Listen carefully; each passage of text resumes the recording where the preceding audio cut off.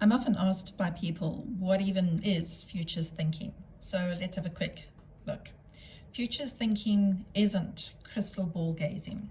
There's a set of business models, futures models, and tools that we use to learn how to read and anticipate the future and then respond to the information that we are discovering. Why do we need to look at futures thinking? Well, two main reasons is the fast pace of the world and the complexity of the world that we're in these days.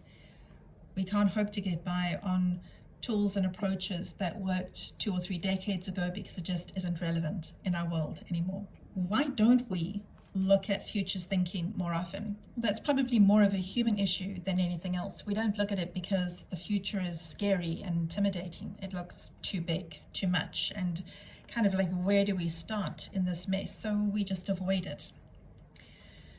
What if we don't look at the future? The answer is simple. In this day and age, we'll become irrelevant, redundant, unemployed. Again, the approaches that worked in the past no longer work. We have got to find what new ways to respond to the world as it is changing. But there are benefits if we do. And just some of them is that we can avoid hazards. We can identify potential problems sooner. We can benefit from certain opportunities. We can explore new options that weren't available to us before. And ultimately, we have a sense of peace. That's a calm lily.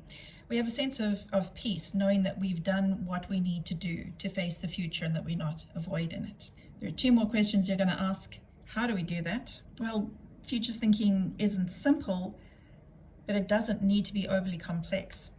Essentially, we're going to look at anticipating the future, considering our beliefs and what needs to change, and then learning how to make better choices.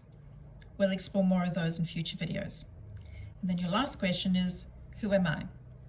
Well, I'm Charlotte Kemp, professional futurist, keynote speaker, and hopefully your futures thinking partner.